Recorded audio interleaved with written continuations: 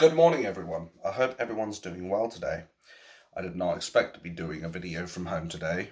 And I'll be honest, I wasn't expecting to do a video at home today.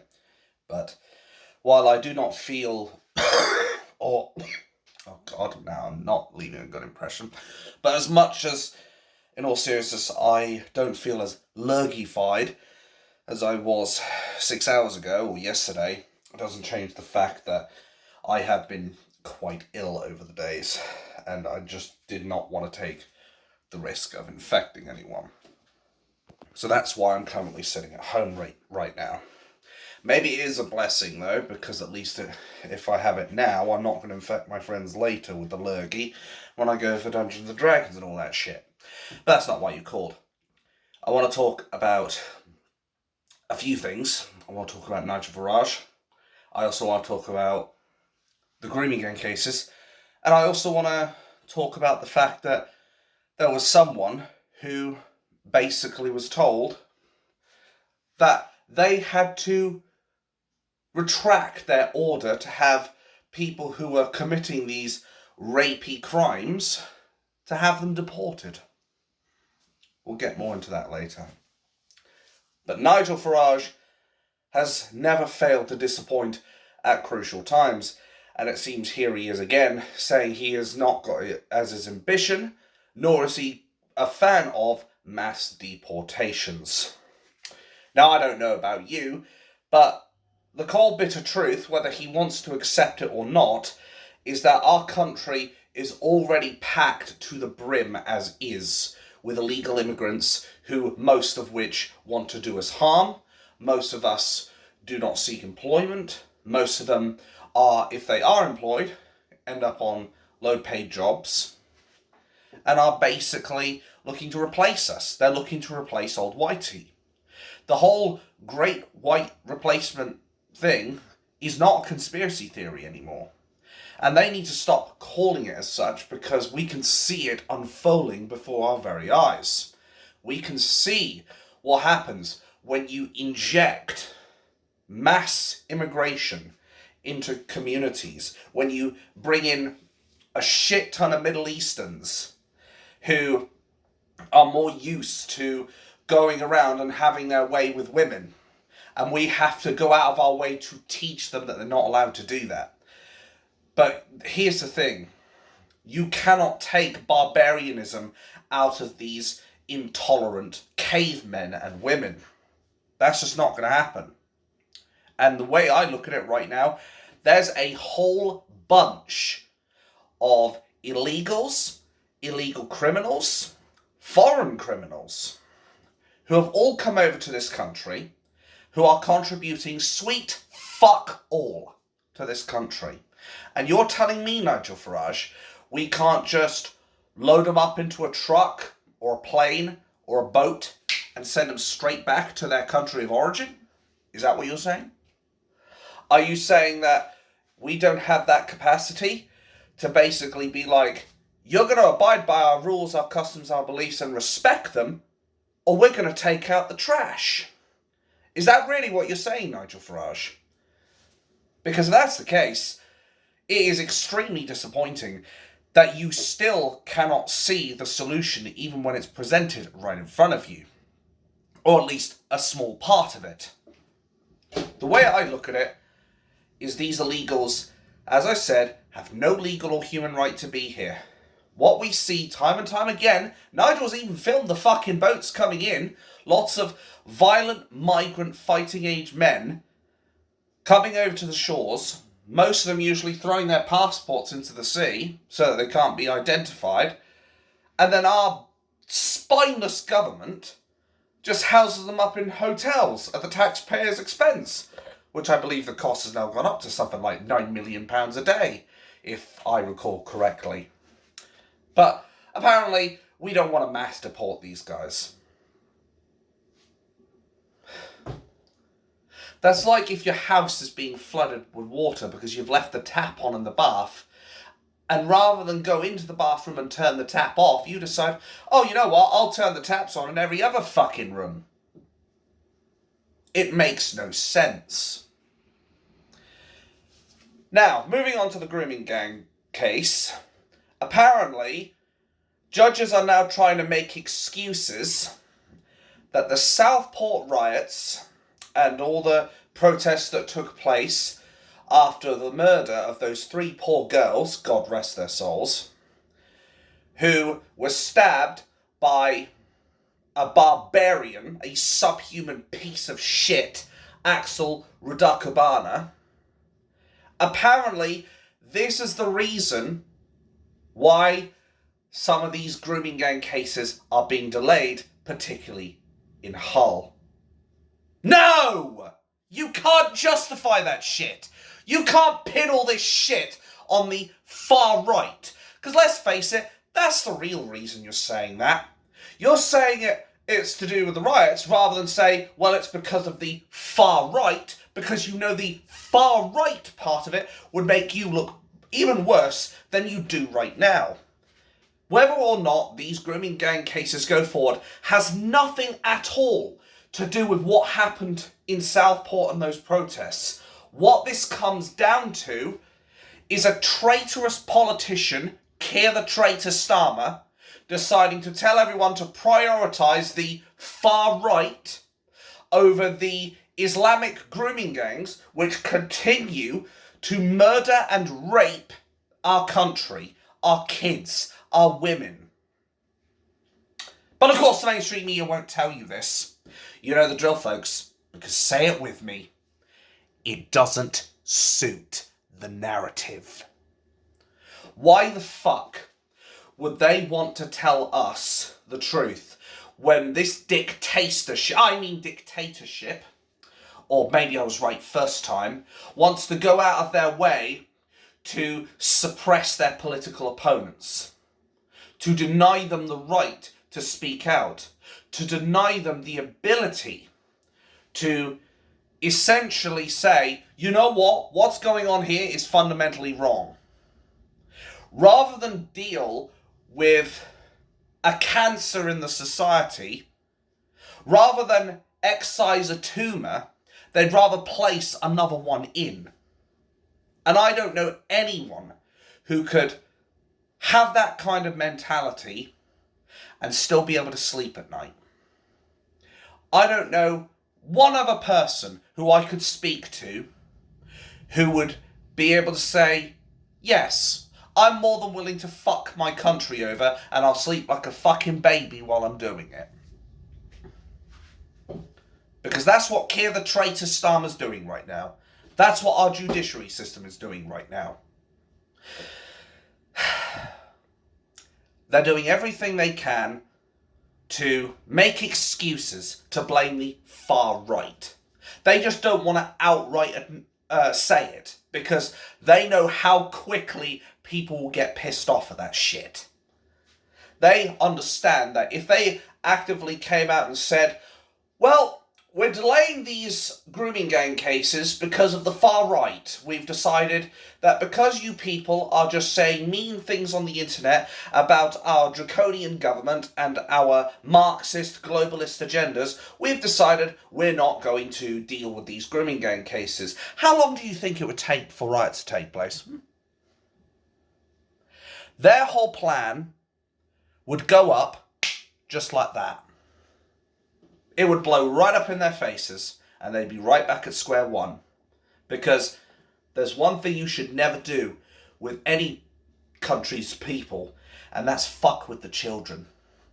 Because people do get very defensive when it comes down to their children. I would become very defensive if I had any children. Don't worry, I just look pregnant, that's all. Anyway, they would be very defensive about their kids. And if they found out that their government was literally just going to say, fuck the kids, they can all get raped and what have you. Yeah, there would be a revolution the next day, quite frankly. But they won't say that. They will just say, oh, it's just the riots. But what they really mean is, as said, the far right. Make it make sense, folks. Make it make sense. And what makes this matter even worse is the fact that one girl, who is a grooming gang survivor, has basically been told to remove her demand to have her attackers, her violators, deported. How can you justify that? How can you justify protecting the paedophiles, the nonces, the grooming gang pieces of shit over wanting a girl to be safe? I dare someone to try and justify that. I dare someone to. It is sickening beyond belief. How can our judiciary system literally decide to put the rights of criminals and foreign invaders over its own fucking children, over its own people? And people wonder why I say we've got 2 to 5 months at most. It's because of shit like this. We are effectively a volcano, and the top's about to blow off.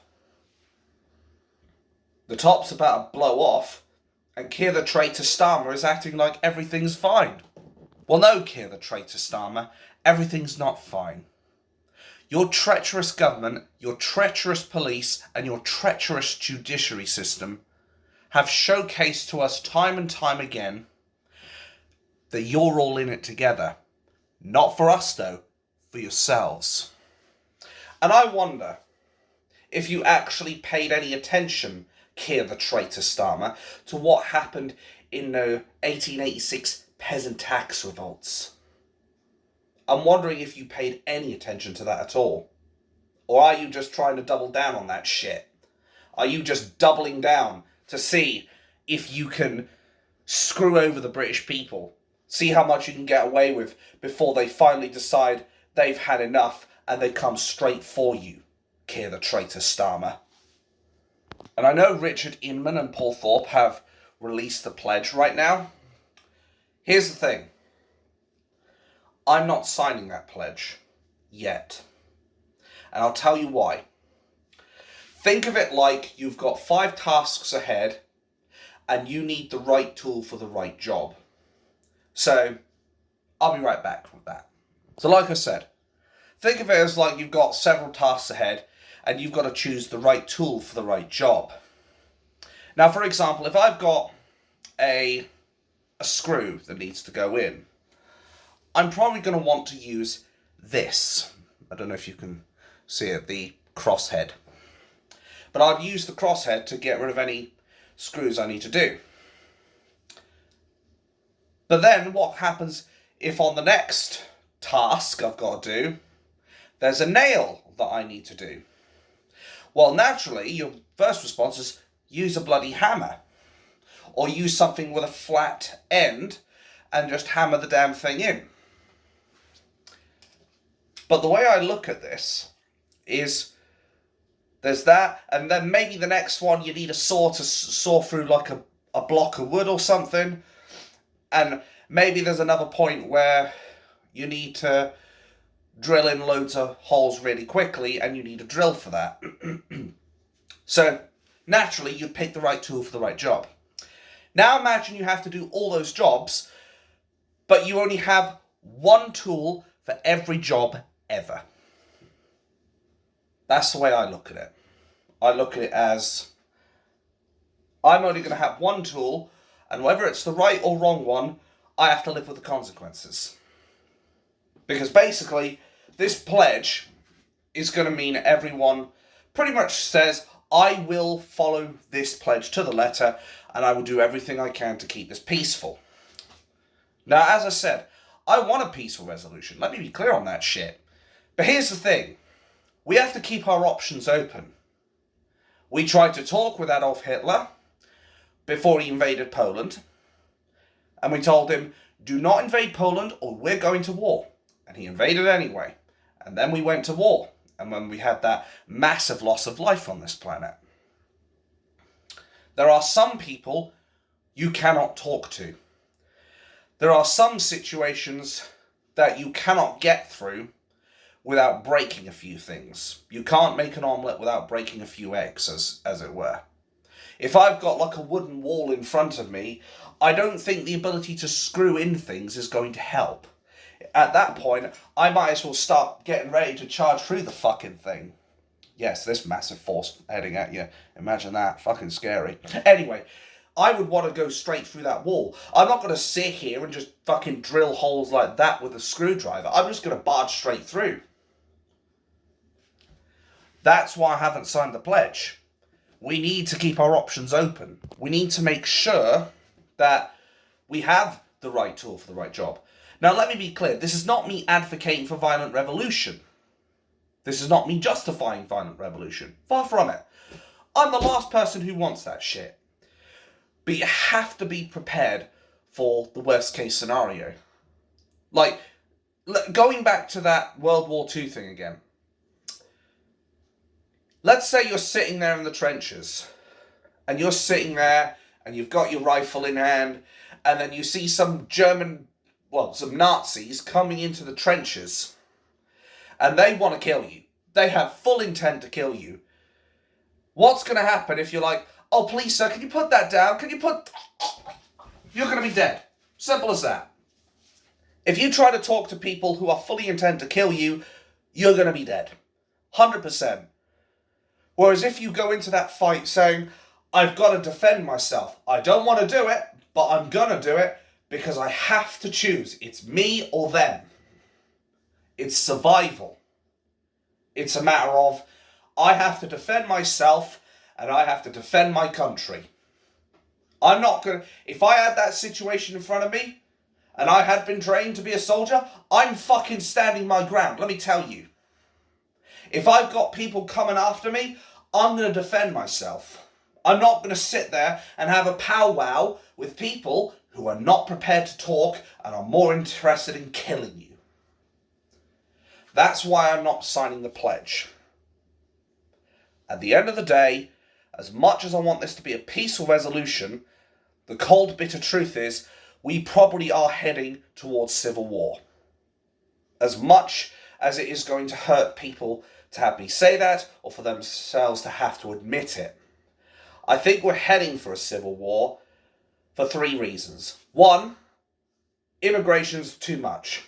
Eventually, there's going to be so many people, and there are going to be people who need the homes, but they're losing them and they're dying on the streets. Eventually, that's going to boil over. 2, we have an intolerant death cult that is Islam that is actively seeking to invade and subjugate this country. Nobody wants Sharia law. Nobody is going to justify Sharia law. 3, we have a dictatorship that is effectively trying to turn the screw on all people. Elderly people first, then they'll attack the children, then they're going to attack us. They're doing everything they can to hurt this country. And I think between one of those 3 situations, I think the thing that's going to cause us to go to civil war fastest is probably the second one, Islam. Because it's going to be a matter of, we're going to be kicked out of our own towns, our own homes, and we're going to lose our kids, and we're going to lose our way of life unless we do something about it. It's not something a lot of people can swallow their pride on and admit. But that is the cold, bitter truth. We are heading towards civil war, whether we like it or not. Of course, if we can help it, I want to try and keep it peaceful. And if I can't keep it peaceful, keep it that way for as long as possible. I will happily support Tommy Robinson. I will happily support Maya Toosey. I'll happily support Paul Thorpe. I'll happily support Richard Inman. But don't expect me to sign something that completely tunnel visions me. Don't expect me to sign anything that if I'm wanting to draw my sword, you're coming along to whack the sword out of my hands. I want that option there. I made a reference. Sharp sword, sharper wit. Because your wit is going to be what you primarily use in normal everyday life. To speak to people, to create comedy, to come back with witty remarks, or just to be able to showcase you've got some intelligence in that brain of yours and you can create solutions and what have you. But that only gets you so far. Talking only gets you so far when your life is in danger. When your life is in danger, it's time to stop the jaw and start thinking about war. That's the cold bitter truth. If I've got somebody who is coming after me, wanting to kill me in my own home, am I going to talk to him? Like fuck am I? I'm going to find a weapon and I'm going to fucking defend myself. That's the cold bitter truth. Self-defense. And I know some people will say, but the police will arrest you for that anyway, despite you wanting to defend your home. And maybe that's the case. But you know what? At least I'm doing what I feel is right. Defending my fucking home. And I want to defend this country. And I'll tell you this much. Imagine World War II again.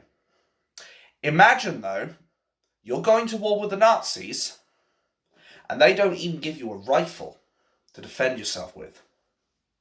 They just let you go out there, fisticuffs only.